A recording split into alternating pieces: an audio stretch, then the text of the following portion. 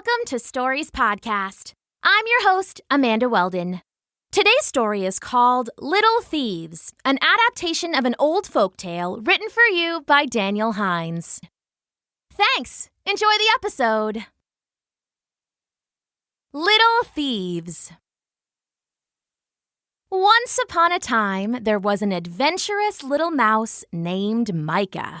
He lived in what he thought was the basement of a grand castle, with soaring ceilings and a great, endless kitchen. In reality, he lived in the basement of an old brick elementary school, but it still seemed very regal to him. "Mom," he said one night, once all the stampeding feet had left and it was quiet but for the cleaners upstairs. "The humans must really like us, right? After all, they leave that big room all full of crumbs for us." He was thinking of the school's small cafeteria. The kids would leave it a mess, and even the janitors couldn't find all the food they dropped and threw and flung from spoons. "Well, yes and no," his mother said with a sly little smile. "They mostly don't know we're here, but that's why we keep to the crumbs. They aren't going to eat them anyway, and there's plenty for us, so it all works out." Micah thought about it, whiskers twitching. "One day, I'm going to go right in the kitchen and get something bigger than a crumb," he said. Then he pushed out his little belly and made his cheeks puffed and round.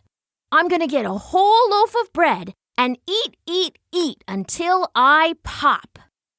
"Oh, that's a nice dream," Mother said. "But promise me you won't do that, okay?" "Why? I won't really pop, Mom." She smiled, but took his little whiskers and made him look at her. "You have to promise you won't poke that curious little nose above ground unless I'm with you, okay? The humans are nice enough, but if you get into trouble, you better believe they'll catch you and take you away."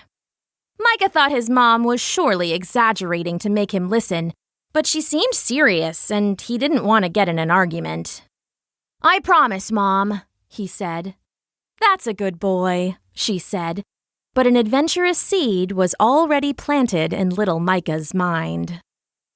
The next night, after the bustle of the school day had ended, he lay in his bed with his eyes open, pretending to fall asleep.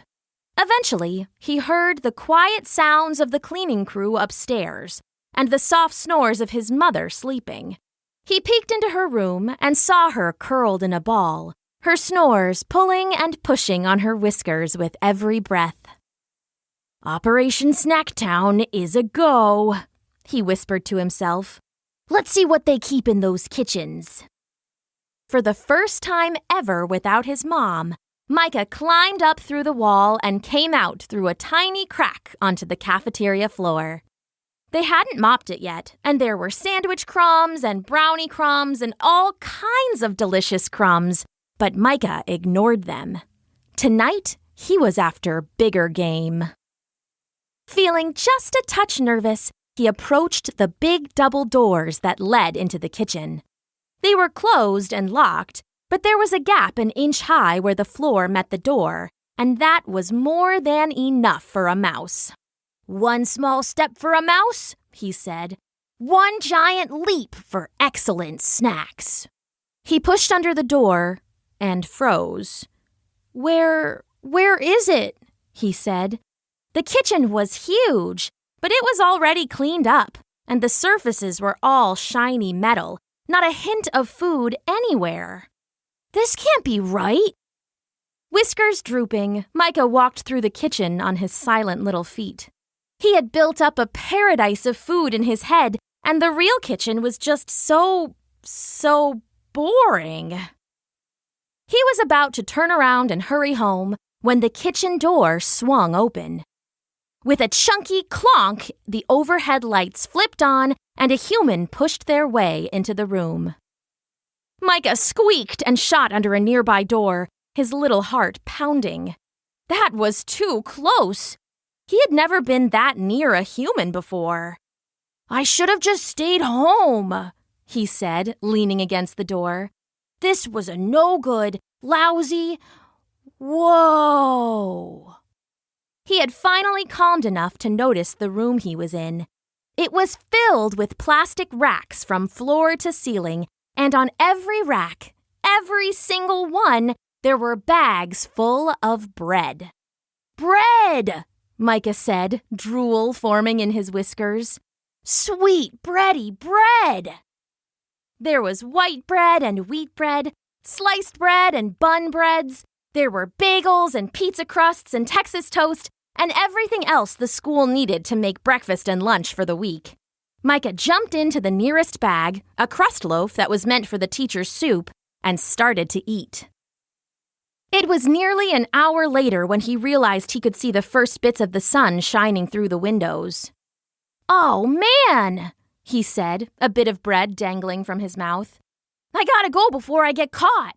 He jumped from the bag and shot through the kitchen and the cafeteria and back through the wall, and he managed to bounce into bed just a few minutes before he heard his mother stretch and yawn herself awake. She came into his room like she did most mornings. "Good morning, my little whiskered warrior," she said. "Are you hungry for breakfast?" Inside, Micah groaned. He was absolutely stuffed to the brim with bread, but he couldn't tell his mom that without admitting that he'd snuck out. Instead, he smiled weakly and forced himself to eat some of the scrambled eggs she'd fetched from the floor. They were good, but Micah couldn't help but dream of being back in the bread room. Even stuffed as he was, he knew that he'd go back that very night. And sure enough, as soon as his mother was snoozing, up through the walls and through the cafeteria Micah went. He felt a little guilty for breaking his promise, again, but nothing had happened last night, so what was the worry? Moms are always too concerned about things. Who would want to take Micah away? She just didn't want him going without her. So Micah decided that, as long as she didn't find out, it was all fine. This time, when he made his way into the bread room, he smelled the best thing he had ever smelled in his entire life. What? What is that smell? I want to eat it. I want to taste it. I want to take a bath in it. Micah climbed up the racks of bread until he came to a flat table in the middle of the room. There, under a thin layer of plastic wrap, was the biggest cake he had ever seen. With one look, Micah knew that if he started eating it then, he would still be eating it a year later, and he'd be round and frosted as a cupcake. "Well," he said, smiling so wide his whiskers hurt, "better get started." Mice teeth are strong, and they made short work of the plastic cover. A minute later, Micah was eating a hole straight through the side of the cake. "It's vanilla," he called to no one, laughing with joy. "And it's all mine!" Of course, Micah didn't know it, but the cake had been dropped off by some parents for a little girl named Avni. It was her birthday tomorrow, and they had sent a sheet cake big enough for her to share with her whole class. On the top, in special purple frosting, her favorite color, it said, "Happy birthday, Avni." At least, that's what it had said. Micah, in his greedy, sloppy eating, had decided that frosting was even better than cake, and he chewed a path right through the middle of all the letters, so now it didn't say anything at all. Again, he only stopped when the sun came slanting through the windows, and he knew his mom would be up soon. He bolted through the school and dove into bed just as his mother was waking up. He rolled over and licked his paws to clean all the gloopy purple frosting off his whiskers, and just in time. "Good morning, my little whiskered wizard," his mom sang into his room. From upstairs, they could hear the stampeding feet of students and then shouting from the kitchen. "Oh, the humans are mad today," she said, tutting. "I don't know what has them so riled up, but we better be careful. I'm going to go sneak a listen and see if I can find out what's going on." "Yes, Mom," Micah said, But he was pretty sure he knew exactly what had made the humans so mad. His mom went up through the wall and Micah leapt out of bed and washed himself all over, getting rid of every last trace of purple frosting. He was just finishing smoothing out his fur when his mom came home, shaking her head. "Well, there must be some other mice in the school," she said, banging around the mouse hole like she did when she was upset. Some dullard went and ate a little girl's birthday cake. Worse, they left paw prints all over the frosting. Now the school knows there's mice here, and they're sure to put out a trap. At least you have more sense than to do something crazy like that, Micah. She kept on talking, but Micah wasn't listening. His ears were burning red, and he went to his room so his mom wouldn't see how guilty he looked. They stayed in the mouse hole all day to avoid the angry humans. But that night... "I shouldn't be doing this," Micah whispered out loud, but he couldn't seem to help himself as he snuck out of bed and once more returned to the cafeteria kitchen. The cleaning crew had done an extra good job today. There was not a crumb to be seen, and when he snuck into the magical bread room, everything was double-bagged. He could still chew through, though. Maybe upsetting the humans wasn't a big deal after all. And then he smelled it. A roasty, toasty, melty, cheesy smell. It danced into his little nose and seemed to pull him along across the tiled floor. Cheese! Oh, geez, my cheese! There, in a strange little house, there was the biggest, the stinkiest, the most delicious-looking hunk of cheese he'd ever seen. All the logic went right out of Micah's head, and he dashed into the house and snatched his prize. He took a big bite, and it tasted even better than it smelled. It was like a mouthful of stinky heaven. And then there was a snap as the little house collapsed into a little box, trapping Micah inside. "No!" he shouted, spraying cheese from his chewing mouth. "Oh, no, no, no, no!" He checked every corner, but it didn't take long to see he was completely trapped. His mother had been right. He had pushed the humans too far. He had been a little birthday cake thief, and now they had trapped him. Micah spent the next hours with those thoughts racing back and forth through his head. He watched the sun come up, and he heard all the humans file in, and he knew his mother would be waking up, and she'd be coming into his room to say good morning, and he wouldn't be there. The thought broke his heart. What were they going to do to him?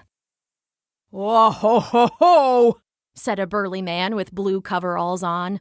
"Look, we caught the little thief!" He peered into Micah's little box and knocked on it with one hairy knuckle. "No more cake for you, Mr. Whiskers," he said. "Hey, Paula, go get the birthday girl. Tell her we caught her cake thief." Micah sat shaking until a few minutes later. A small girl with curly hair came into the room with an older woman. "Avni, look," said the man. "We caught the mouse that ruined your cake. I thought you'd want to see." The girl came in and peered through the translucent side of the box. "Oh, he's pretty cute," she said. "Did you eat my cake, little guy? You must have been hungry." Micah watched her, heart pounding. At least she didn't seem too mad at him. "What will you do with him now?" she asked. I'll throw him in my truck and dump him in the woods on the way home. It's far enough away that he'll never find his way back here." Micah wanted to cry. They were going to take him away forever. All because he couldn't help himself around food. All because he couldn't keep a promise to his poor mom. Thinking of his mom, he did start to cry. The humans heard it as pathetic little squeaks. The burly man laughed, but Avni, the birthday girl, looked sad.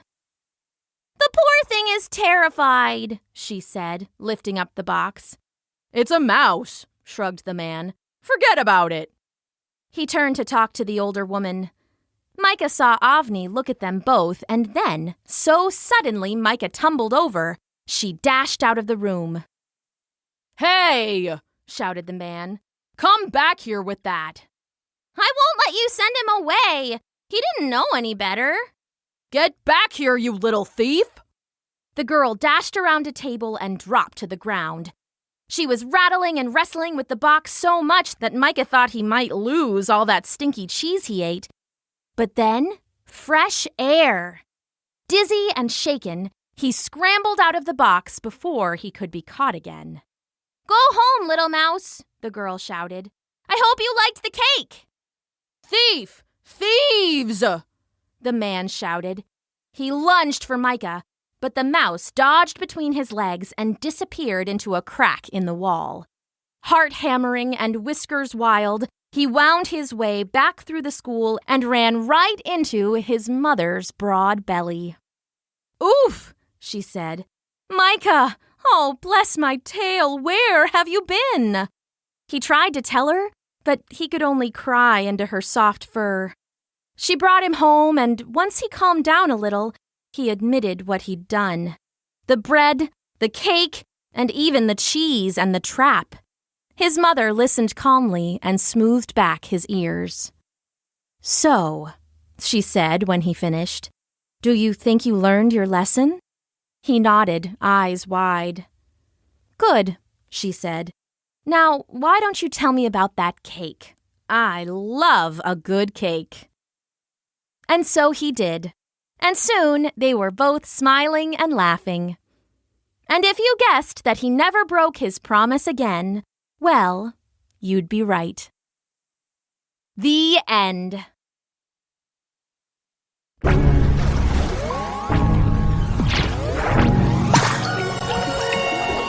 Thanks for listening.